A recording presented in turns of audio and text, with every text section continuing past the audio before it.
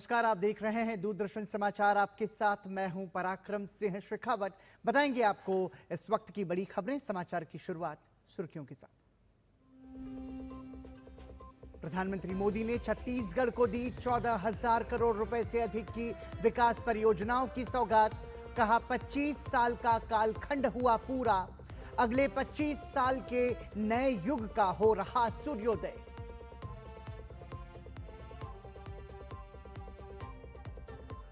प्रधानमंत्री ने विधानसभा के नए भवन का किया उद्घाटन। छत्तीसगढ़ के पिछले 25 वर्षों के परिवर्तन को बताया अद्भुत और प्रेरणादायी।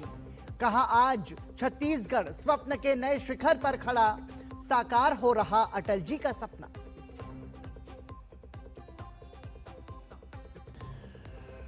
प्रधानमंत्री ने नवा रायपुर में ब्रह्म कुमारी के शांति शिखर ध्यान केंद्र का किया उद्घाटन। समाज को निरंतर सशक्त करने में ब्रह्म कुमारी की अहम भूमिका का किया उल्लेख।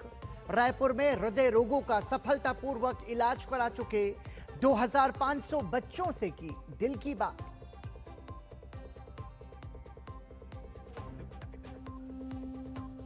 आंध्र प्रदेश के श्रीकाकुलम में काशी बुग्गा वेंकटेश्वर स्वामी मंदिर में भगदड़ में 10 श्रद्धालुओं की मौत, कई घायल। राष्ट्रपति द्रौपदी मुर्मू और प्रधानमंत्री मोदी ने जताया दुख। मृतकों के परिजनों और घायलों को सहायता राशि की घोषणा। और बिहार चुनाव को लेकर सभी दलों का धुआंधार प्रचार जारी।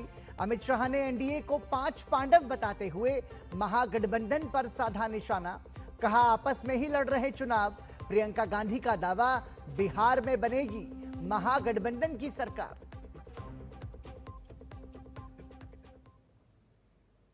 बिहार विधानसभा चुनाव में पहले चरण के मतदान के लिए प्रचार चरम पर पहुंच चुका है। बिहार विधानसभा का चुनाव में भाजपा की ओर से रणनीति की भूमिका निभाने वाले वरिष्ठ भाजपा नेता और उत्तर प्रदेश के उप मुख्यमंत्री केशव प्रसाद मौर्य हैं। हमारी संवाददाता रीमा पारेशर ने केशव प्रसाद मौर्य से खास बातचीत की।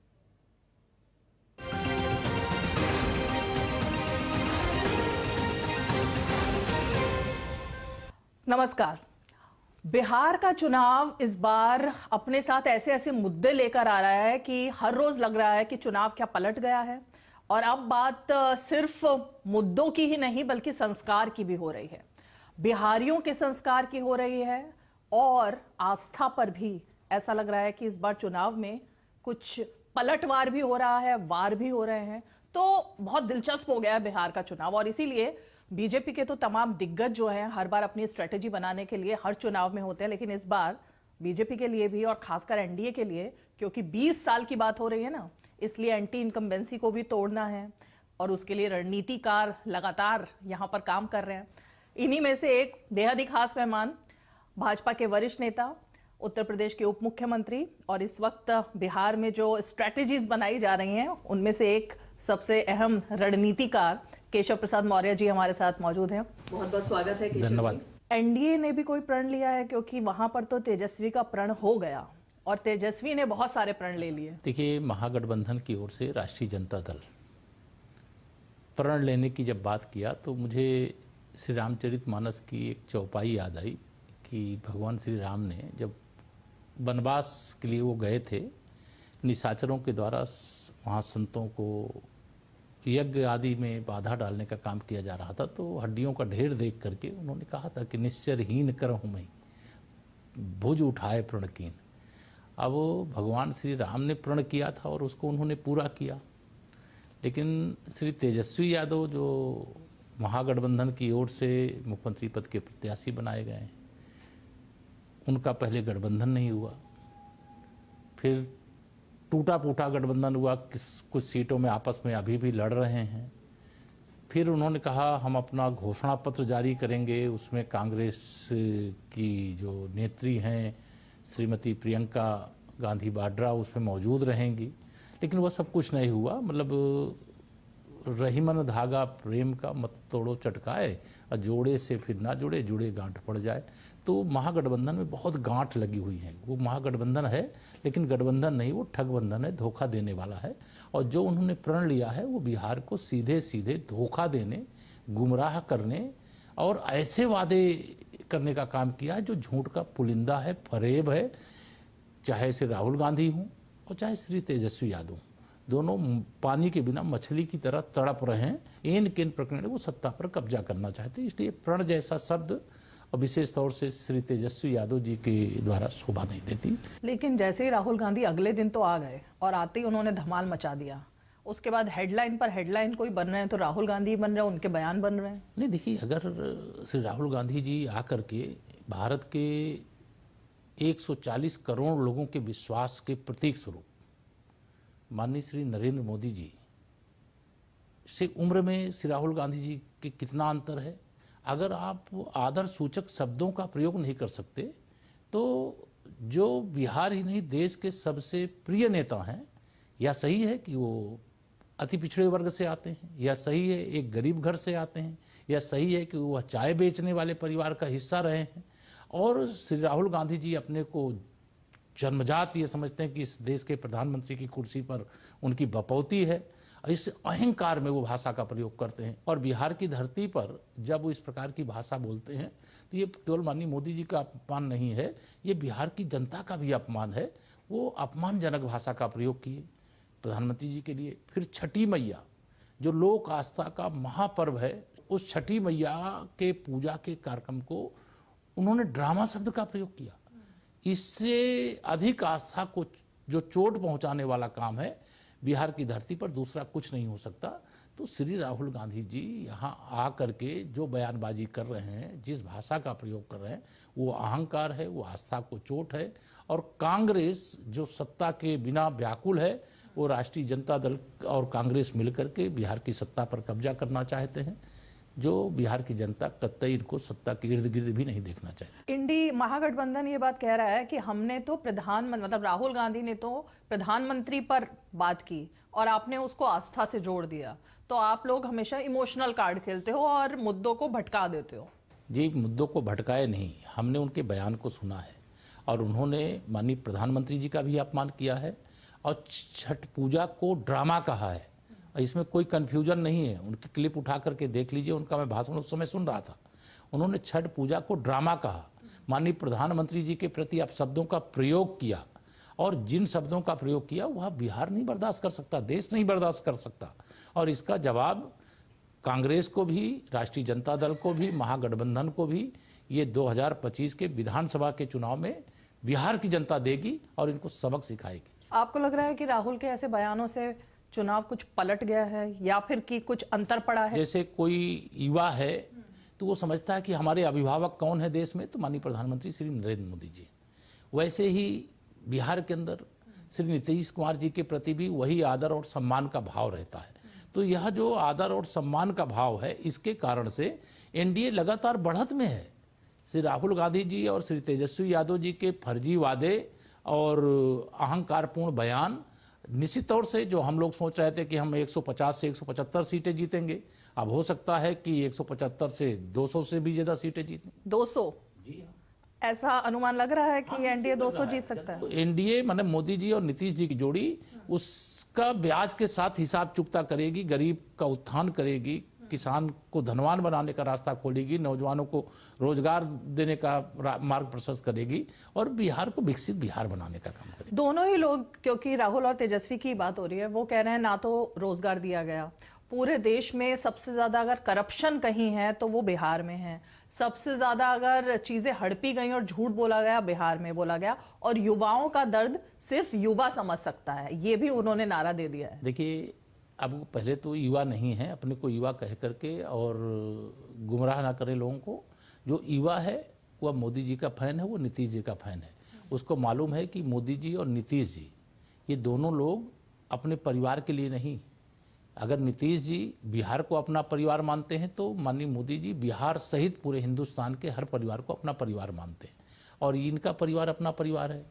यह मौका पाएंगे तो पहले अपने परिवार की तिजोरी भरेंगे, अपने लोगों को आगे बढ़ाएंगे, गुंडों अपराधियों को आगे बढ़ाएंगे, जंगल राज वापस लाएंगे, भ्रष्टाचार को बढ़ावा देंगे, जिनके ऊपर घोटाले पर घोटाले करने का, चाहे वह श्री लालू यादव जी हों, चाहे तेजस्वी यादव जी हों, चाहे श्री राहुल गांधी हों, चाहे उनकी माताजी हों, सोनिया गांधी जी, सबके ऊपर भ्रष्टाचार के आरोप है। ऐसे आरोपों के कारण वो जमानत पर घूम भी रहे हैं।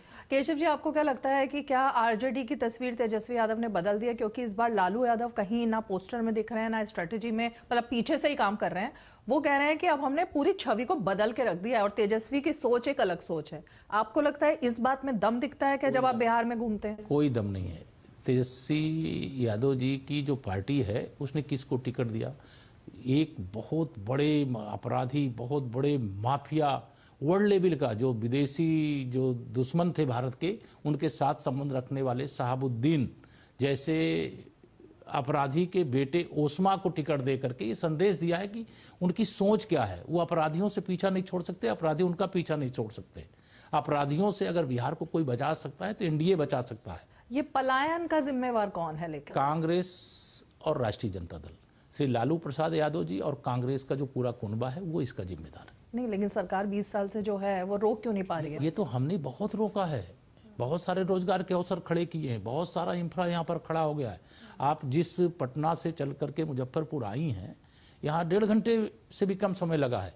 पहले पटना वालों से पूछे मुजफ्फरपुर जाने में कितना लगता था, मुजफ्फरपुर वालों से पूछे कितने घंटे लगता था, 8 घंटे लगता था।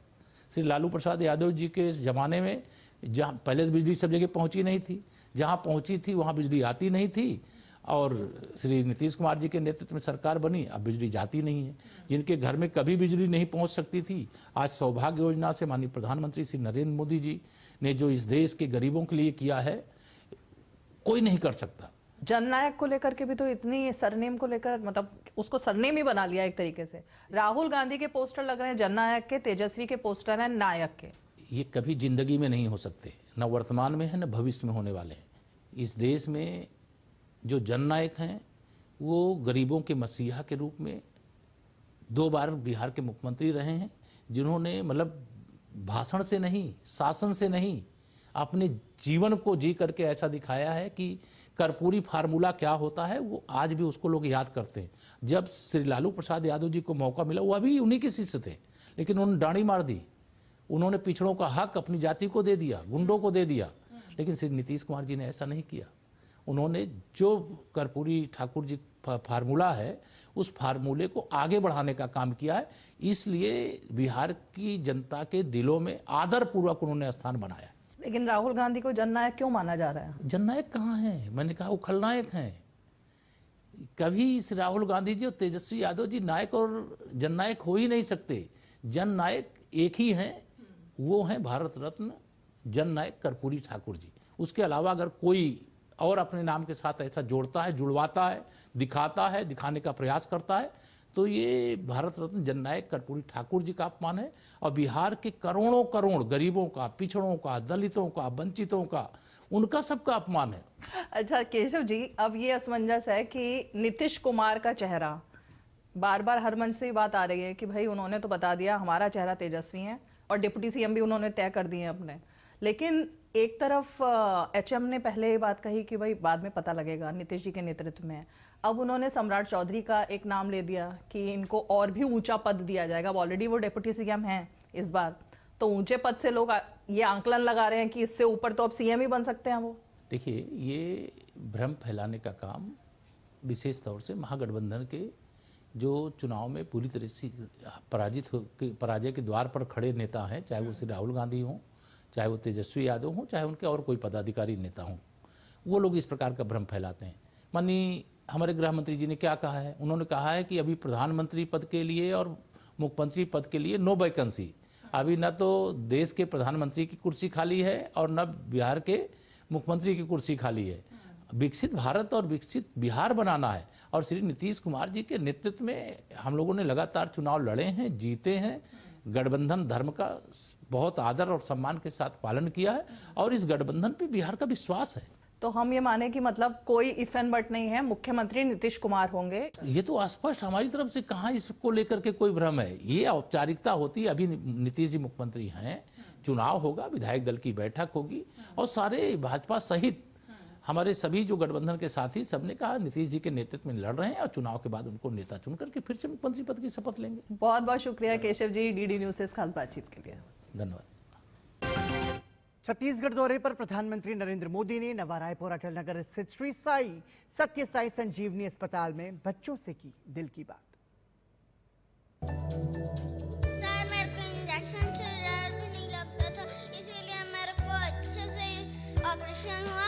मेरे को डर तुम्हारी है, धड़कन तुम्हारी, ये दिल भी तुम्हारा हुआ।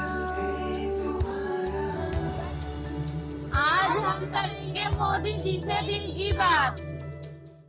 दिल की बात करनी है, कौन करेगा? मैं हॉकी की चैंपियन हूँ। मैंने हॉकी में 5 मेडल जीते हैं।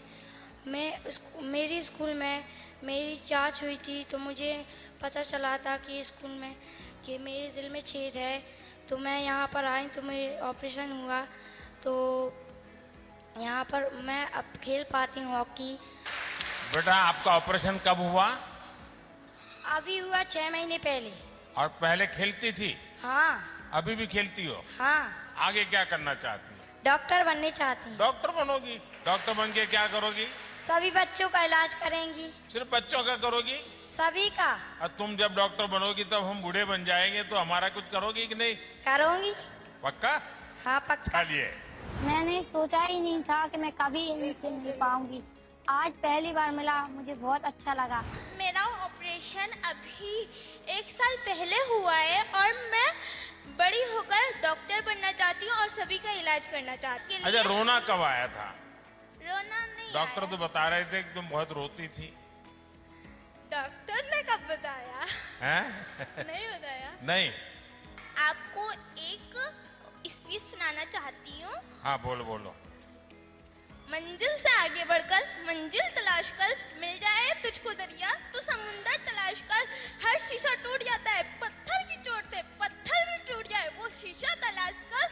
सजदों से तेरे क्या हुआ, सदियां गुजर गई, सजदों से तेरे क्या हुआ, सदियां गुजर गई। सजदा वो कर जो तेरी जिंदगी बदल दे, सजदा वो कर जो तेरी जिंदगी बदल दे। वाह वाह वाह। मेरा 2014 में ऑपरेशन हुआ था, तब मैं 14 महीने का था।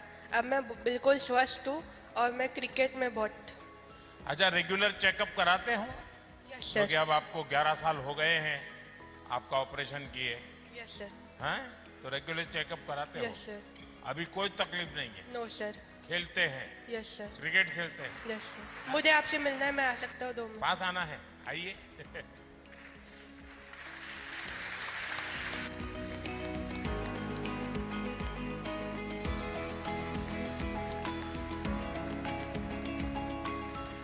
कैसा लगता था जब अस्पताल में आना पड़ा तो दवाइयाँ खानी पड़ती थी, इंजेक्शन लगाते होंगे, कैसा लगता था? सर, मेरे को इंजेक्शन से डर भी नहीं लगता था, इसीलिए मेरे को अच्छे से ऑपरेशन हुआ। मेरे को डर भी नहीं लगा। हाँ, अच्छा, तो आपके टीचर क्या बोलते हैं?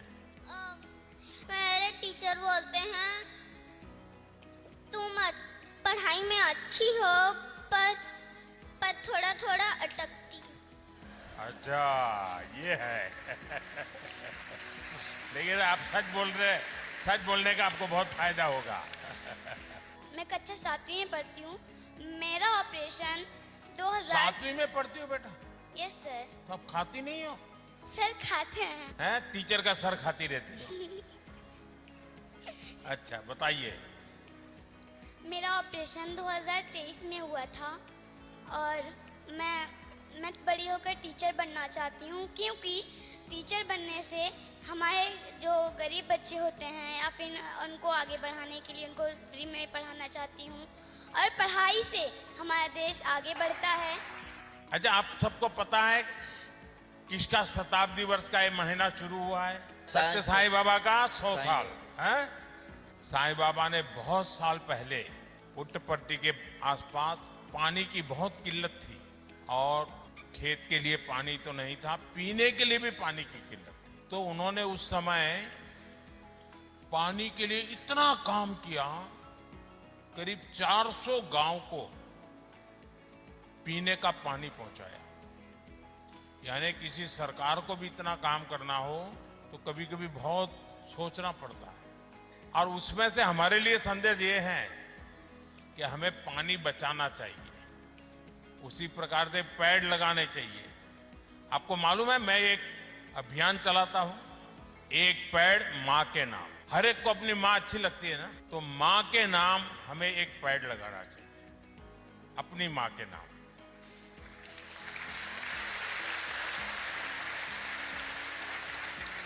तो धरती मां का भी कर्ज चुकाते हैं, अपनी मां का भी कर्ज चुकाते हैं। मेरा नाम अभिक है, मैं वेस्ट बंगाल से हूँ। मुझे बड़े होकर आर्मी बनना है और मुझे देश की सेवा करनी है। देश की सेवा करोगे? हाँ। पक्का? हाँ। क्यों करोगे? क्योंकि देश की सिपाही हमें रक्षा करते हैं और मैं भी रक्षा करना चाहता हूँ। वाह वाह। मैं हाथ मिलाना चाहता हूँ।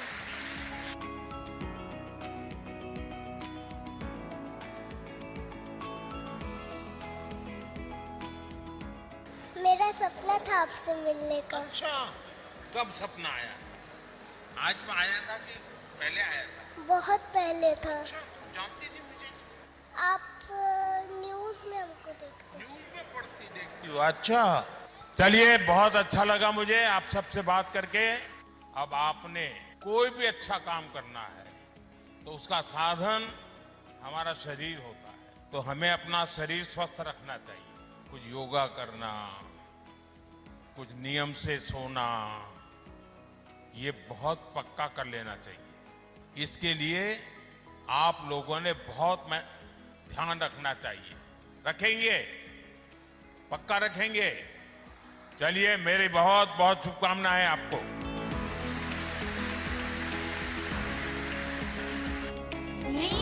मोदी जी।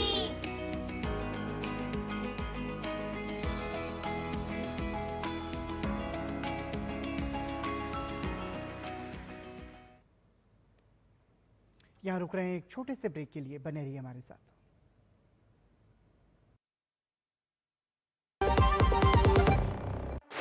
मैं हूं देश का दिल, देश की धड़कन, गौरवशाली परंपरा, समृद्ध संस्कृति, अप्रतिम प्राकृतिक संपदा को सहेजे हुए स्थापना की 70वीं सीढ़ी पर सशक्त सक्षम नेतृत्व के साथ डॉक्टर मोहन यादव का अभ्युदय मध्य प्रदेश, अतुल्य मध्य प्रदेश। जन कल्याण के प्रगति पथ पर विकास के नित नए सोपान गढ़ते अलौकिकता से जगमग मध्य प्रदेश के स्थापना दिवस पर दिखेगी 1 से 3 नवंबर तक प्रदेश की समृद्ध संस्कृति की झलक, जिसमें ड्रोन शो, विश्ववंद, जुबिन नौटियाल, हंसराज रघुवंशी और स्नेहा शंकर की सांगीतिक प्रस्तुतियां एवं सम्राट विक्रमादित्य महानाट्य मंचन के साथ आकर्षक प्रदर्शनियों के आयोजन शामिल हैं। आइए हमारे अपने मध्य प्रदेश के 70वें स्थापना दिवस को धूमधाम से मनाएं। मेरा मध्य प्रदेश है। क्या आपको है आकर्षक बचत विकल्पों की तलाश? LIC प्रस्तुत करता है नवजीवन श्री सिंगल प्रीमियम प्लान। एक मुश्त प्रीमियम राशि जमा करें, जीवन बीमा कवर का आनंद उठाएं, परिपक्वता पर गारंटीकृत निश्चित राशि प्राप्त करें, तरलता विकल्प भी उपलब्ध। अभी खरीदें। मौजूदा पॉलिसी धारकों के लिए आकर्षक छूट, नियम और शर्तें लागू। एक बार फिर आपका स्वागत। आप देख रहे हैं दूरदर्शन समाचार। बिहार विधानसभा चुनावी मैदान में मुख्य मुकाबला NDA और महागठबंधन के बीच है। सभी पार्टी जीत का दावा कर रही हैं। कांग्रेस पार्टी बिहार में अपनी जनाधार बचाने के लिए हर संभव कोशिश कर रही है। हमारी संवाददाता रीमा पाराशर ने कांग्रेस नेता अलका लांबा से की खास बातचीत, और इसी के साथ हम आपसे विदा लेते हैं। आप ये बातचीत सुनिए अलका लांबा के साथ। हमें दीजिए अनुमति। नमस्कार।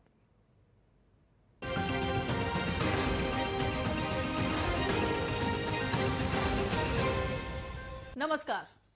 बिहार की राजनीति में एक मुद्दा आया, वोटर अधिकार यात्रा, और तब से दिखाई दिया कि कांग्रेस अपने रिवाइवल प्लान में लग गई है।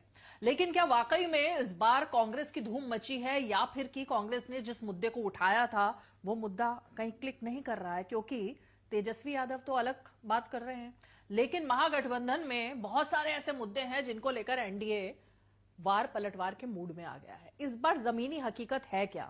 हमारे साथ कांग्रेस पार्टी की तेज तर्रार महिला नेत्री मौजूद हैं, अलका लांबा जी, जिनको मैं लगातार देख रही हूं। अलका जी, कि आप बिहार के अलग अलग जगहों पर घूम रही हैं, लोगों से मिल रही हैं, अभी ग्राउंड रियलिटी क्या लग रही है?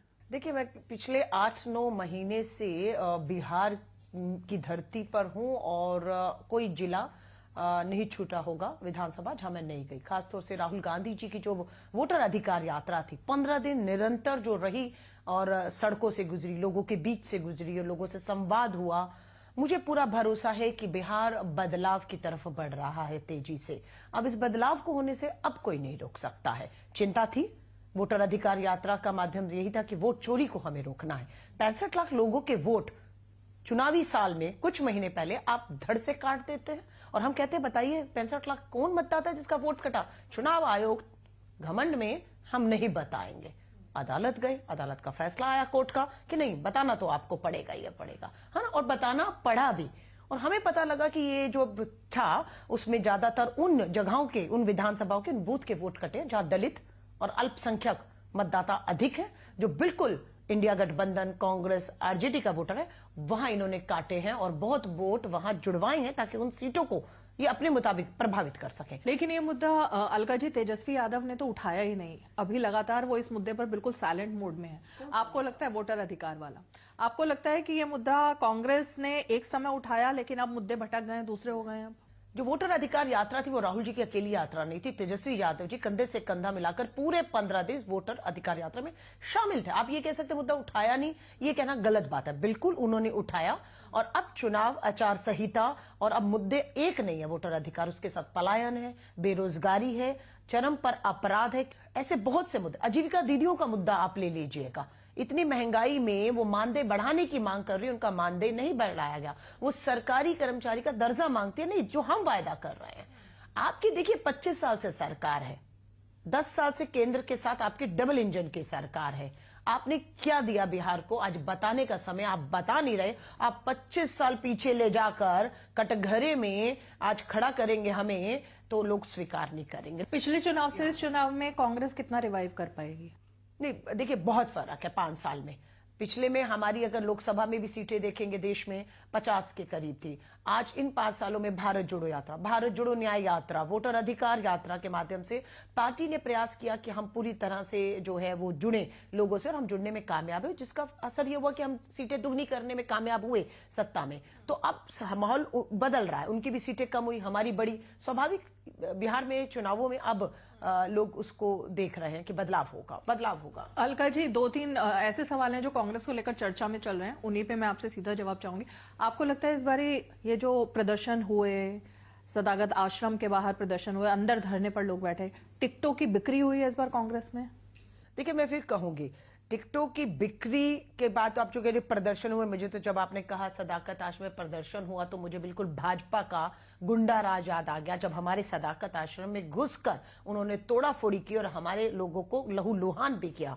ये मुझे लगा था सवाल होगा। अब आप कहेंगे कि अब भाजपा ने अपने जो स्थानीय विधायकों का टिकट काटा या नहीं काटा? क्यों काटा? जो प्रधानमंत्री जी कहते हैं ना खाऊंगा ना खाने दूंगा, वो 5 साल तक उनके विधायक, उनके मंत्री खाते रहे और उनकी टिकटें काटने पर आपको मजबूर होना पड़ेगा क्योंकि जनता में गुस्सा था, जनता में वो जा नहीं पा रहे हैं, है ना। अब हमारे यहाँ क्या हुआ क्या नहीं हुआ ये तो अब चुनाव से पता लग जाएगा, आपका भी, भाजपा का भी, एनडीए का भी और इंडिया अलायंस का भी। मैं नहीं मानती हूं कि इस तरह की कोई भी टिकट की खरीद फरोख्त का मामला कांग्रेस के अंदर हुआ है, मैं बिल्कुल मानने को तैयार नहीं हूं। तो मतलब जो आरोप लग रहे हैं वो बेबुनियाद है? बिल्कुल, पार्टी के ऊपर बिल्कुल ऐसा कोई भी आरोप साबित कोई भी नहीं कर पाया। भाजपा भी अगर कह रही है, कोई भी कह रहा है, तो मैं कह रही हूँ साबित करिए कि किसी ने पैसा देकर कोई टिकट लिया। कांग्रेस का चेहरा क्यों नहीं सामने आ रहा है अभी तक भी यहाँ पर? नहीं, हम इंडिया अलायंस में लड़ रहे हैं ना, और तेजस्वी यादव जी मुख्यमंत्री के, हमारे इंडिया गठबंधन के मुख्यमंत्री के चेहरे हैं और उनको लेकर हम आगे बढ़ रहे हैं। नहीं, उप मुख्यमंत्री की जब बात हो रही है तो मुकेश सहनी का नाम एक तरीके से साफ हो गया है। कांग्रेस कह रही है हम चुनाव के बाद बताएंगे। हाँ ठीक है, हमारी अपनी रणनीति है, हम अपने तौर तरीकों से कि विधायक जीतेंगे, विधायक अपना नेता चुनेंगे, वो नेता जो है उप मुख्यमंत्री होगा। ये तो लोकतांत्रिक तरीका है ना, तानाशाही नहीं कि दिल्ली ने आज से ही चुनाव नहीं हुआ, वोट नहीं हुआ, विधायक नहीं बना, हम यहां से तय कर देंगे हमारा उप मुख्यमंत्री होगा। तो लोकतंत्र है, अपने तरीके से हम चल रहे हैं। दूसरा, संविधान की जो बात हो रही है, यहाँ पर संविधान की क्या हत्या हो रही है? क्योंकि अभी भी राहुल जी का जो रैली थी उसमें उन्होंने जो संविधान की बात कही, तो लोग पूछ रहे हैं कि बिहार में ऐसा क्या हुआ है कि संविधान की हत्या? बहुत अच्छा सवाल आपने पूछा है। राहुल जी जब संविधान की लाल किताब दिखाते हैं और बताते हैं कि संविधान की, लोकतंत्र की हत्या हो रही है, तो आप पूछ रही हैं कहाँ होती है? ध्यान से सुनिएगा। संविधान में लिखा है कि आर्थिक असमानता नहीं होनी चाहिए, सबका बराबर का हक होना चाहिए। यहाँ पर आप आर्थिक असमानता देखेंगे, आप गरीबी देखेंगे। हक है ना उनका। राइट टू एजुकेशन किसने दिया? हमारा अधिकार है, मौलिक नैतिक अधिकार हमें संविधान ने दिया है। Right to education, right to health, right to job, right to food, ये सारे अधिकार है ना हमें संविधान ने दिया। अगर आप उनसे वंचित रखते हैं लोगों को, तो ये संविधान के ऊपर हमला है या नहीं, हम ये सिर्फ पूछ रहे हैं। वोट का, मेरे एक वोट का अधिकार मुझे मेरे संविधान ने दिया है। 65 लाख लोगों का वोट काट के उसके संवैधानिक हक को छीनना, संविधान की हत्या करने का काम भाजपा ने किया है। अगर आप कहेंगे संवैधानिक संस्थाएं, चुनाव आयोग हो, ईडी हो, सीबीआई हो, जब आप उसका राजनीतिक लाभ के लिए दुरुपयोग करते हैं अपने विरोधियों को निशाना करने के लिए, तो अब आप संविधान की हत्या कर रहे हैं। क्योंकि संविधान के तहत जो संवैधानिक संस्थाएं हैं उसे बिल्कुल निष्पक्षता के साथ आत्मनिर्भर होते हुए काम करना है, पर पूरा कंट्रोल जब आप अपने हाथ में लेते हैं तो आप संविधान की ही हत्या करते हैं। चलिए अलका लांबा जी, बहुत बहुत धन्यवाद, क्योंकि ये तमाम ऐसे मुद्दे थे और हो रहे हैं। अभी तो पीक पर आ रहा है चुनाव। उम्मीद है कि आप और जगहों पर जाएंगी तो आपको और ज्यादा ग्राउंड की चीजें मिलेंगी। बहुत बहुत शुक्रिया डीडी न्यूज़ से बातचीत के लिए।